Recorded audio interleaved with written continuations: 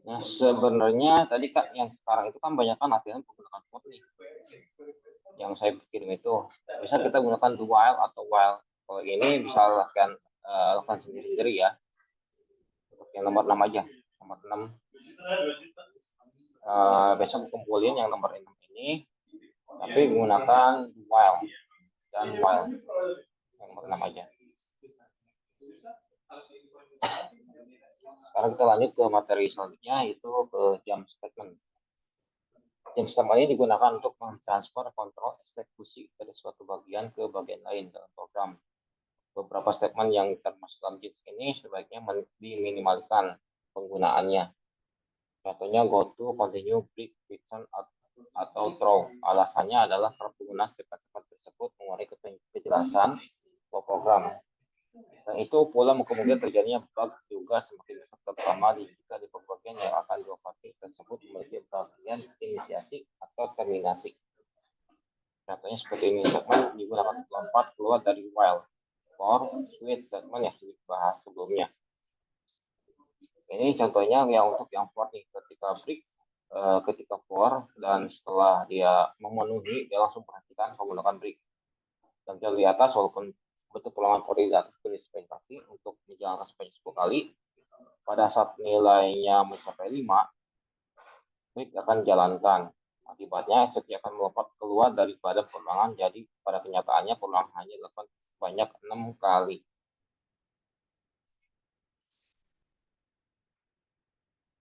Ya kan, 6 kali itu 0, 1, kan 0, masuk sini, 2, 3, 4, 5, 5 kan 5. Jadi 0 sampai 5 itu kan 6 kali. Dari indeks 0 ke indeks 5. Terus ada jump statement continue. Continue dapat digunakan dalam sebuah struktur perulangan, misalkan for dan while. Statement continue berfungsi untuk melanjutkan eksekusi program ke iterasi berikutnya dengan melopati statement berikutnya dalam bentuk dan loop. Jadi tujuannya ketika dia indeks 1, terus misalkan indeks 5, dia langsung loncat ke indeks 6. Jadi dia menjalankan yang di bawahnya. Itu tujuan yang untuk continue. Terus ada jump statement go to. Go to digunakan untuk melanjutkan eksekusi program di label yang sudah dituliskan sebelumnya. Jika jump statement lainnya pengguna terbatas, go to ini termasuk yang lebih bebas. Dalam arti kata, ia bisa digunakan untuk melakukan lompatan ke bagian mana saja dari program kecuali melompat ke dalam suatu blok. Contohnya seperti ini. Kita melakukan looping lagi. Ketika sudah masuk indeks 5, dia akan langsung masuk ke perintah untuk go to selesai. Jadi langsung kita lempar ke bagian ini selesai. Jadi selesai ini ada di luar dari blok for ini. Setelah masuk selesai, dia akan menjalankan perintah yang ada di bawahnya. Jadi masih dalam go to selesai. Terus ada lagi jump statement return. Perintah return ini digunakan untuk mengembalikan kontrol eksekusi ke pemanggil. Misalnya metode A memanggil metode B. Pada saat perintah return dijalankan dalam metode B, maka kontrol eksekusi akan dikembalikan ke metode A dan perintah selanjutnya akan dijalankan dengan perintah berikutnya dalam metode A. Contohnya ini kan ini metode segmen. Misalnya kan ini, yaitu pertama itu mainnya metode utamanya. Kita jalankan metode A, terus kita masuk ke dalam beberapa perintah yang ada di metode A, yang tampilkan fungsi A, terus tampilkan akan menjalankan fungsi B, lalu dia masuk ke metode fungsi B. Ketika sudah menjalankan perintah yang ada dalam perintah di fungsi B, dia akan kembalikan lagi ke fungsi A. Dan setelah itu akan menjalankan metode di bawah metode yang dijalankan. Jadi kita langsung menampilkan lanjutan perintah fungsi berikutnya. baru akan return kembali ke dalam metode utamanya itu dan langsung menjalankan perintah yang di bawahnya. Itu ya jump statement untuk return.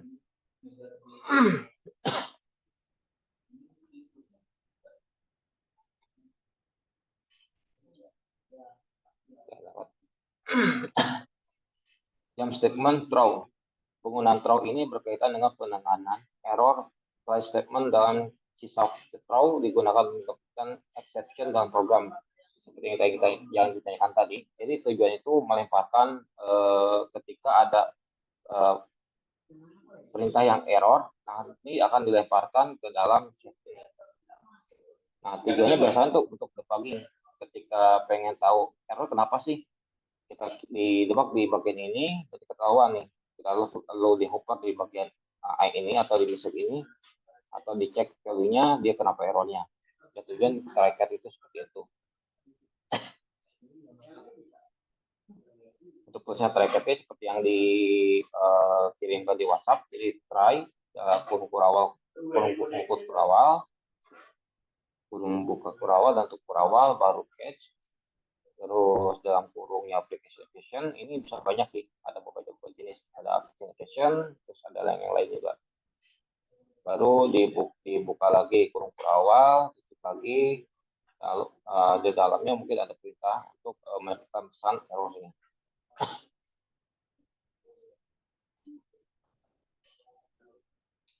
Nah, itu ini untuk materi yang bagian jump stamp. Untuk lebih detailnya boleh baca di file PDF-nya yang kemarin saya kirim. Ini udah ada semua saya kirim. Atau kalau pengen lebih lengkap di ininya bisa ditanyain aja ke Google atau di AI untuk masalah jump stamp ini seperti apa. Kita lanjut ke materi dulu deh. Untuk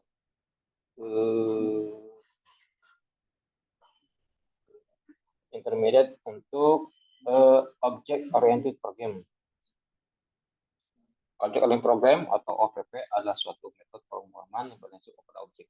Secara besar, OOP ini memiliki 4 konsep dasar, yaitu encapsulation, abstraction, inheritance, pewarisan atau polymorphism. Seperti ini di dalam gambar ada berbagai abstraction, polymorphism, inheritance, dan kelas dan objek. Sekarang ke kelas. Katakanlah kita diminta untuk membuat sebuah aplikasi buku tanpa pelanggan dapat direpresentasikan sebagai objek di mana setiap pelanggan memiliki masing-masing entitas yang unik. Artinya suatu pelanggan dengan pelanggan yang lain adalah objek yang berbeda. Nama objek yang satu dengan objek yang lain kesamaan itu sama-sama memiliki nama, umur, jenis kelamin, dan alamat, dan lain-lain. Informasi karakteristik tersebut dapat menjadi acuan dalam pembentukan cetak biru blueprint sehingga dapat membentuk beberapa objek lainnya dengan menggunakan virtual blueprint tersebut. Nah, di pada program objek ini misalkan melalui suatu kelas tersebut meliputi kelas, atribut, operation.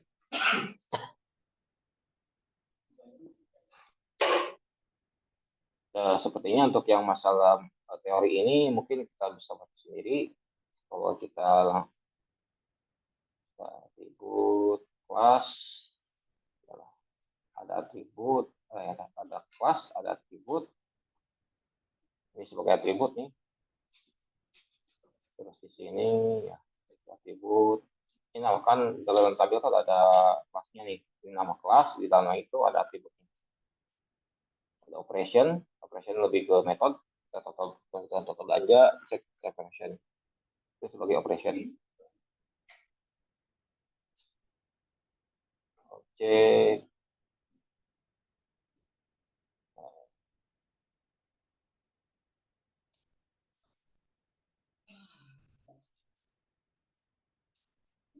Nah, untuk membuat objek itu seperti yang kemarin dipraktekkan, kita untuk memanggil satu kelas itu seperti ini. Di nama kelas, nama objeknya, penamaan mau apa, baru kasih new, terus nama kelasnya. Atau juga kalau misalkan di nama kelas itu kita memerlukan require beberapa field, seperti ini. Kita masukkan nama kelas, masukkan file-filenya, dan masukkan nilainya yang diperlukan untuk mengisi nama kelas tersebut. Juga seperti ini. Jadi yang nama kelas ini sebagai metode nantinya. Jadi bukan metode.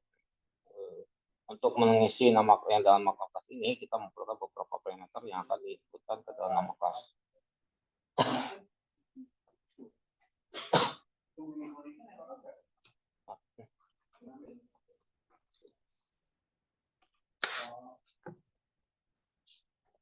Sekarang inheritance, pewarisan, di mana kita dapat membentuk kelas baru dengan menggunakan bagian informasi dari kelas yang sudah ada dengan cara memasukkan kelas baru, sehingga tidak perlu lagi membuat ulang bagian tersebut. Namun kelas baru dapat mendapat informasi baru di kelasnya.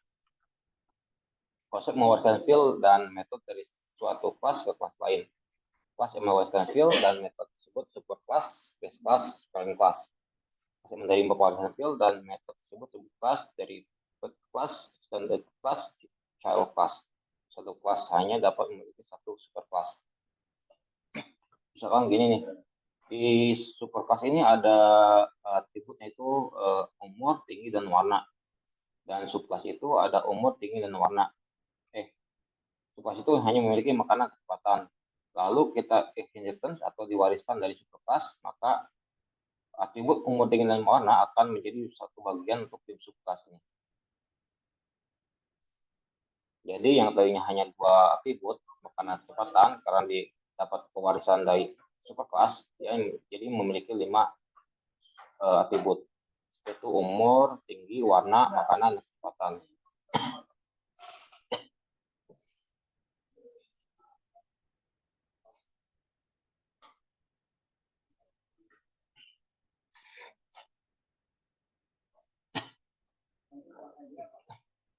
Coba aja ini tentang masalah inheritance.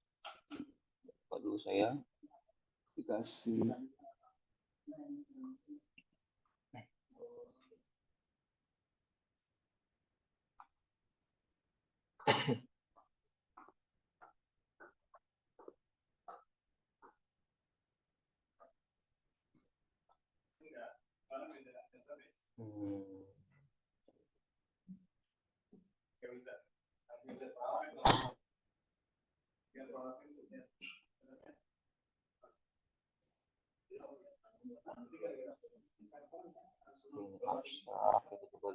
awal materinya ada yang mana dulu?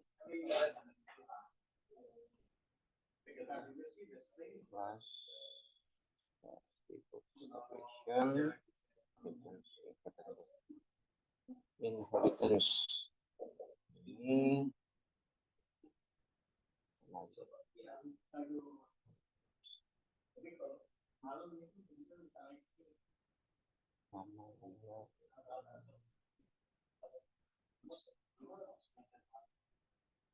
publik, umur, tinggi, warna,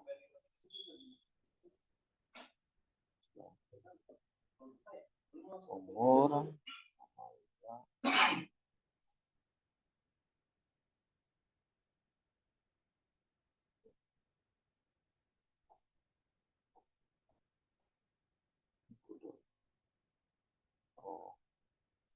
programnya mana ya?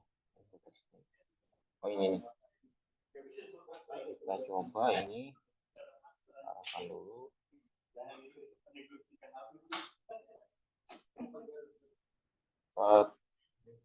Inheritance to inheritance.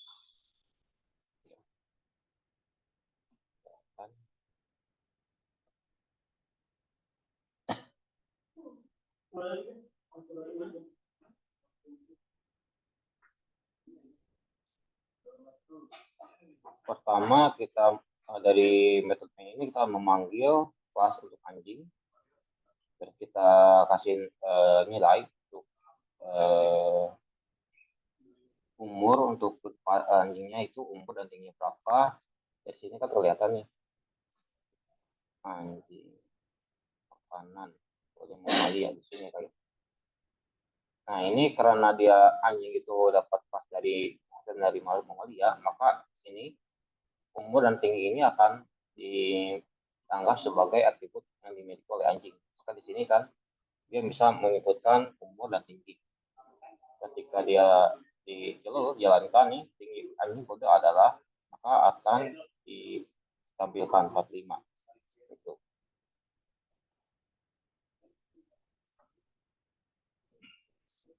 Oke, kelas gitu tadi. Ini salah. Silakan yang ini coba untuk yang mamalia. Dulu mamalia.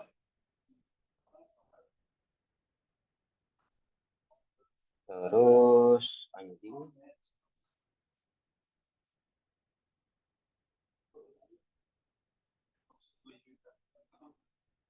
Terus inheritance.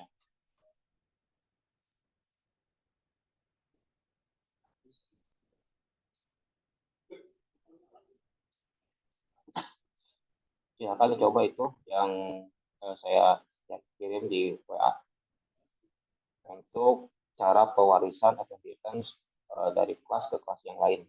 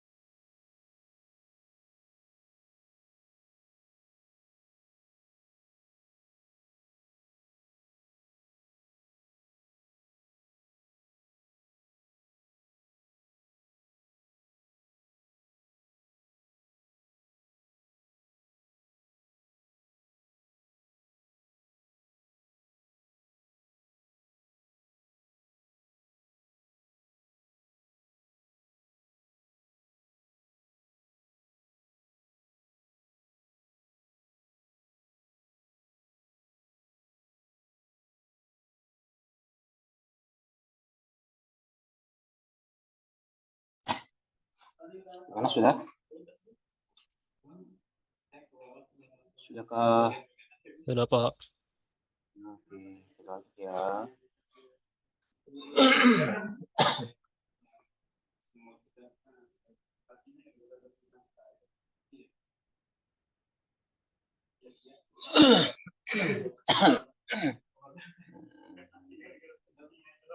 Sekarang ke abstrak. Abstrak adalah sebuah kelas yang berfungsi untuk menunjukkan detail fungsi dari sebuah kelas. Tipe kelas ini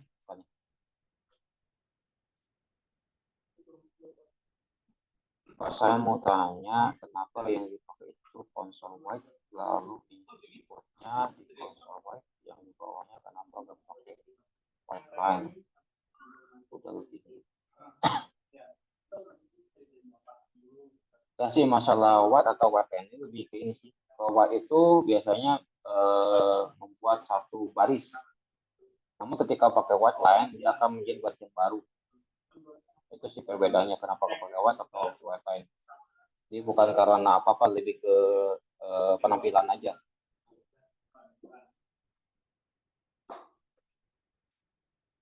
Itu Mas Ainal Yasin.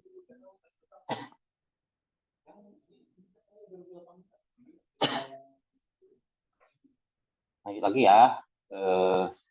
Abstrak class dikeluarkan dengan tujuan agar child class yang akan menjadikan interpretasi fungsinya terdapat dua abstrak fungsinya. Terdapat dua abstrak dalam C#, yaitu abstrak class, abstrak method. Abstrak class mempunyai beberapa fitur yang berguna.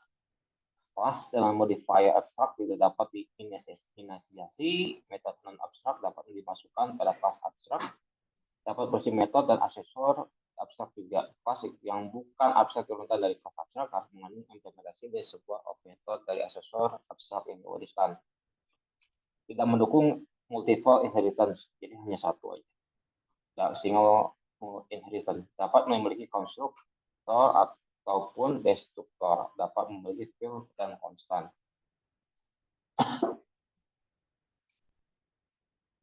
Contohnya seperti ini,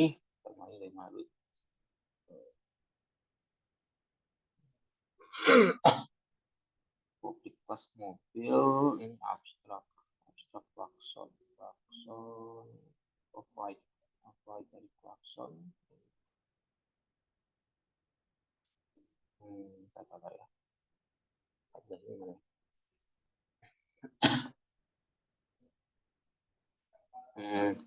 Ini kelas mobil kan memiliki beberapa atribut nih. Atribut pertama itu nama, dan atribut abstrak ting klakson.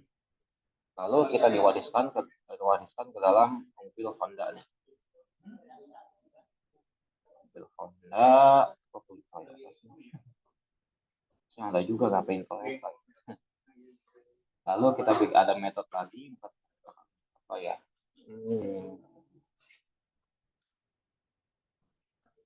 Nama ini, nama mobil. Ada bikin kita karena dia ini diwariskan ke mobil Honda ini, ada Raisu, CRV aja. Diwariskan dari kelas mobil, maka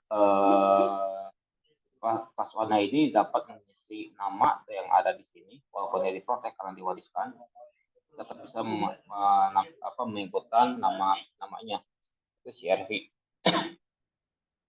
Lalu untuk abstrak ini di override dari sini, dari kelas mobil ini, klakson. Jadi kita langsung implementasikan apa yang akan diisi dari metode klakson ini, yaitu return beam, itu klakson. Terus jenis mobil, ini ada jenis mobil. Oh, ini kalau jenis mobil ini metode dari Honda. Terus kita return namanya berdasarkan yang ada di sini, yang telah diinputkan itu nama. Contohnya seperti ini, coba di sini abstrak. Toyota, di sini Toyota tapi hitam ini Honda.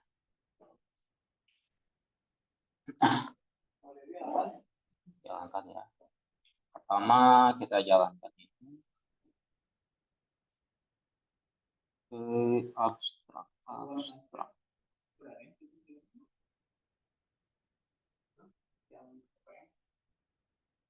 Nah, pertama kan kita tampilkan dulu bunyi klakson mobil itu seperti apa.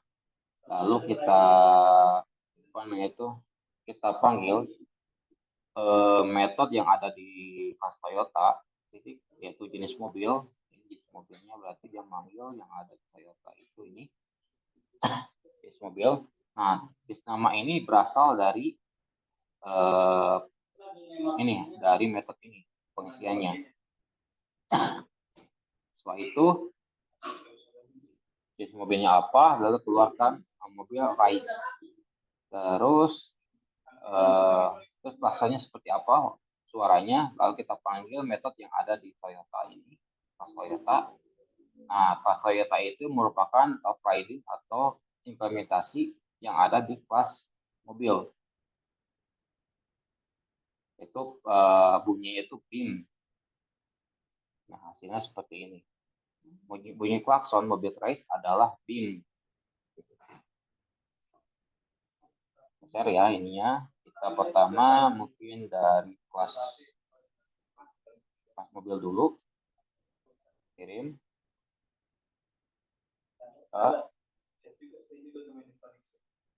Terus baru ke Toyota. Pas Toyota yang dapat warisan dari mobil. Terus baru pemanggilnya.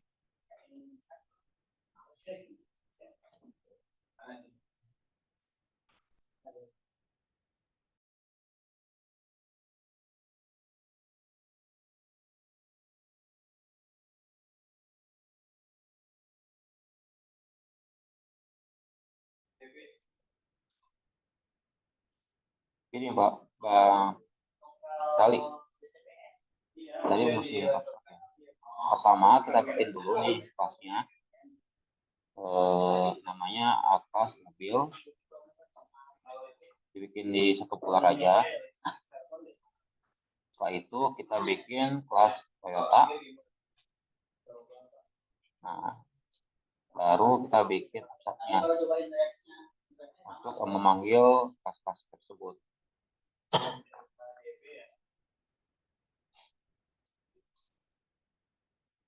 Ini kelas mobil ini memiliki beberapa atribut seperti nama dan metode abstrak klakson, lalu diwariskan ke kelas Toyota. Jadi Toyota itu nanti akan memiliki atribut yang ada di kelas mobil. Nah, makanya dia bisa mengikutkan atau mengisi nama yang ada di atribut mobil. Terus bisa override atau bukan override, lebih implementasi dari metode yang udah dibikin di mobil nih. Nah, itu metode klakson. Baru kita return nilainya. Nilainya itu kita itu BIM atau bisa aja boom atau apa atau om.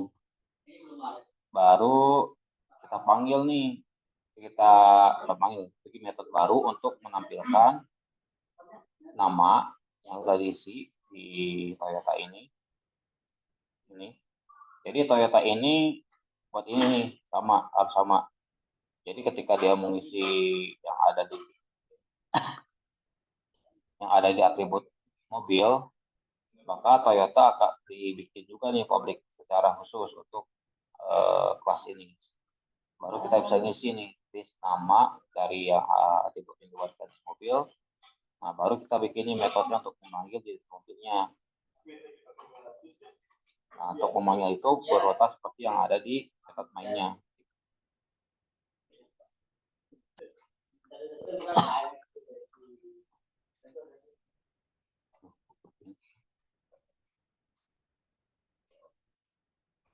Lanjut ke materi polymorphism. Itu seperti mengharuskan klasifikasi terhadap beberapa subclass namun memiliki aksi yang berbeda-beda, mengakibatkan adanya kemampuan untuk sebuah objek untuk mengubah perilakunya sesuai dengan bagaimana itu digunakan.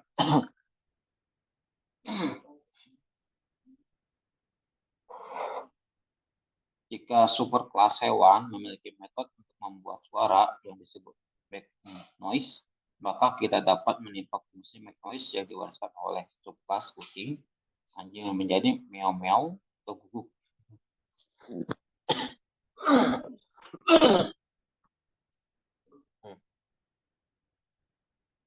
Ini main ini hewan.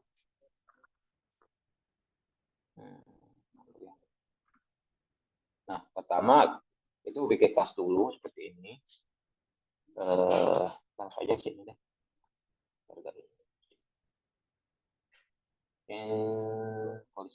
Polimorfisme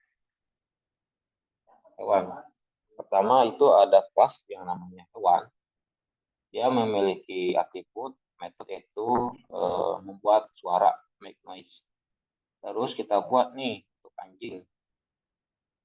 Nah, anjing ini kita buat kelasnya, lalu dia dapat warisan dari hewan. Dari hewan ini kan dia belum di override nih. Kalau kayak itu kita override, lalu implementasikan suaranya jadi siapa, jadi tampilkan anjingnya bersuara gugu. Lalu kucing, bikin kelas kucing dan dapat warisan dari hewan juga. Kita implementasikan metode noise yang ada dari hewan menjadi suara kucing meow. Dan untuk memanggilnya itu kita di sini. Pertama kita membuat deklarasi itu kelas hewan, terus kelas anjing, kelas kucing. Untuk kelas hewan kita panggil make noise, apakah dia ada suara atau belum? Harusnya belum ada. Ketika dia sudah masuk ke kelas anjing, maka kita akan menampilkan gimana dari kelas anjing ini menggunakan make noise-nya. Maka dia akan menjadi suara gugup. Lalunya untuk kucing juga menjadi suara meow. Jadi kita coba.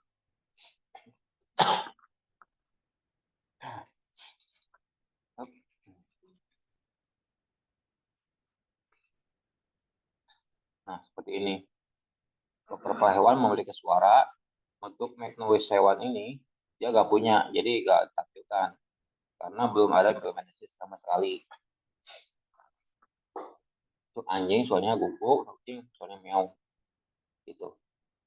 Dan pertama, untuk cara pembuatannya, kita bikin satu folder. Pertama, bikin kelas untuk kelas hewan.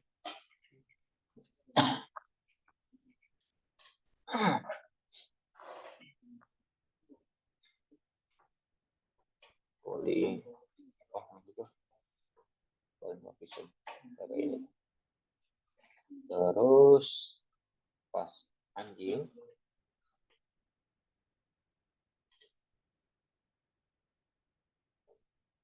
Terus kelas kucing.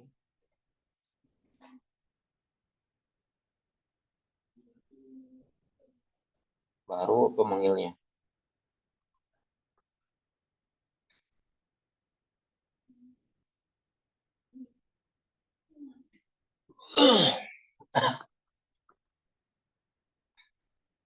Nah, silakan dicoba yang itu, yang apa namanya itu? Polymorphism. Maaf.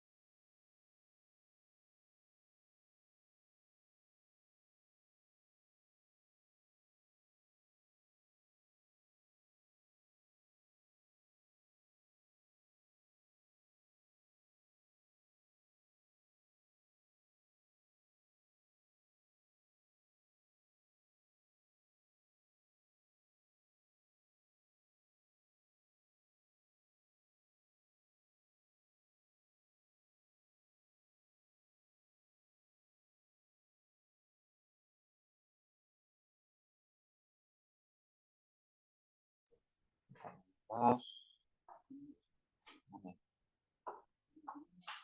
Ini nanti tas. Kayaknya dipakai. Oh, buat ini. Itu aja hapus. Tas. Hapus. Ini dipakai deh. Tas. Coba dulu. Lebih ke tweet sih ini, lebih ke itu dari programnya. Nggak masalah sih kalau nggak dipakai tweet.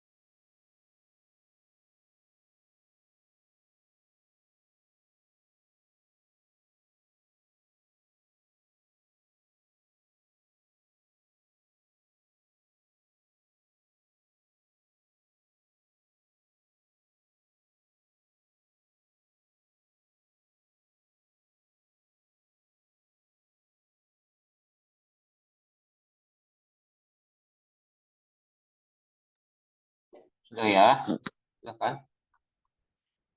Pasti sudah ini kok.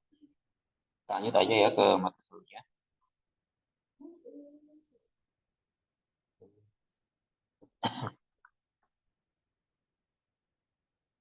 Sekarang ke materi encapsulation atau membungkus. Proses pengelompokan membungkus serta mengatur hak akses terhadap implementasi pada sebuah kelas.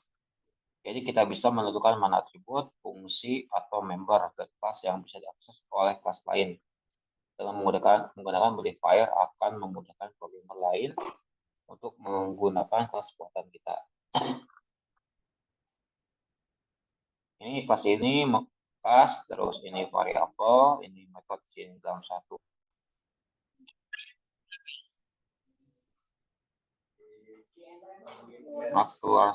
Keluar dari. Baik lagi, encapsulation atau membungkus adalah proses mengelompokkan, membungkus atau mengatur hak akses terhadap implementasi pada sebuah kelas. Jadi kita bisa menentukan mana atribut, fungsi atau member dari kelas yang bisa diakses oleh kelas lain. Dengan menggunakan modifier akan menggunakan programmer yang lain untuk menggunakan kelas buatan kita. Kalau dari gambar di sini ada beberapa variabel metode itu ada dalam satu kelas. Nah, bahkan ini disebut dengan encapsulation atau membungkus. Encapsulation ini dalam C# diperlukan dengan modifier sebagai berikut: public, private, protect, dan internal. Contoh untuk public modifier pada variabel dan metode akan menyebut member variabel dan metode tersebut dapat diakses dari luar kelas oleh kelas lain. Misalkan nih yang ini ya.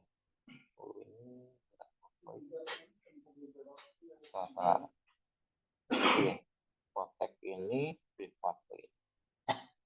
Ini kan public modifier nih. Untuk yang publik ini seperti ini, dalam satu kelas rectangle, yaitu dengan menampilkan sebuah variable length. Terus ada metode get area dengan rumusnya seperti apa, pengalian nilai. Dan ada satu lagi public display untuk menampilkan data-data yang sudah diisi sebelumnya, itu length, width, dan get area. Untuk memanggilnya menggunakan method main. Jadi kita untuk memanggil kelas ini, pertama kita harus deklarasi dulu rectangle, yaitu new rectangle, baru kita mengisi nilainya, yaitu length-nya, width-nya berapa, baru kita panggil metode yang ada di rectangle, baru kita tahan dengan red line atau resi, maka konsolnya udah langsung tutup. Codingannya.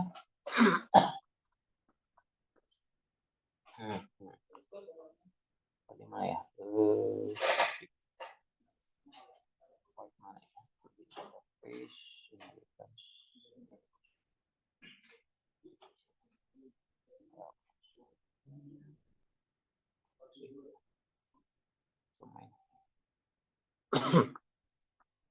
Nah,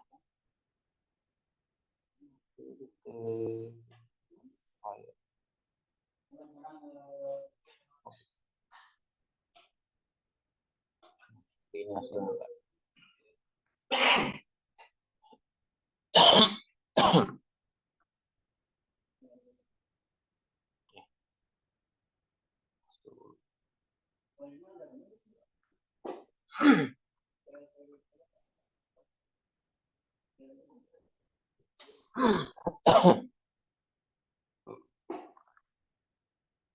Jadi kita bikin kelas dulu nih.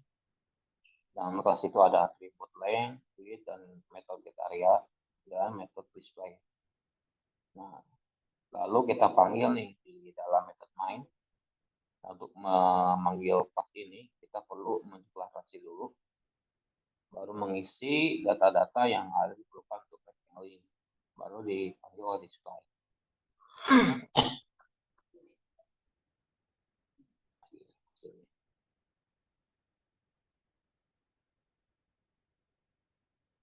Fokus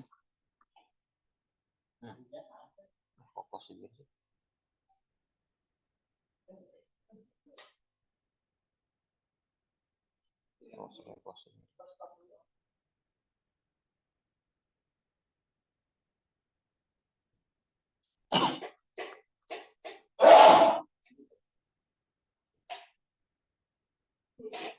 Kita lanjut dulu ke materi shotnya, baru nanti kita silakan dicoba.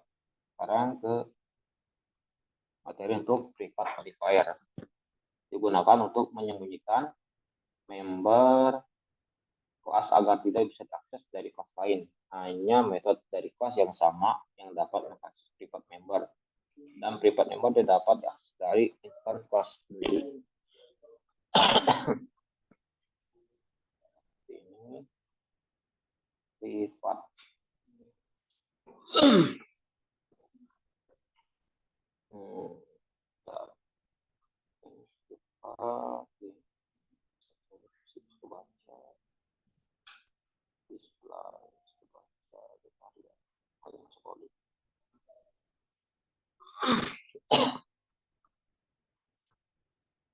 Sekarang kita bikin suatu kelas yang ada atribut length, width dengan metodenya privat, dengan apa modifiernya privat. Terus ada lagi metode yang public modifiernya, terus ada lagi public dengan metode area, ada metode yang public juga yang display. Kita coba nih, misalkan kita panggil untuk yang privat yang atas tuh, privat length, apakah dia bisa di play. Nah, dia nggak bisa nih, dia nggak bisa memanggil atribut yang ada di rectangle.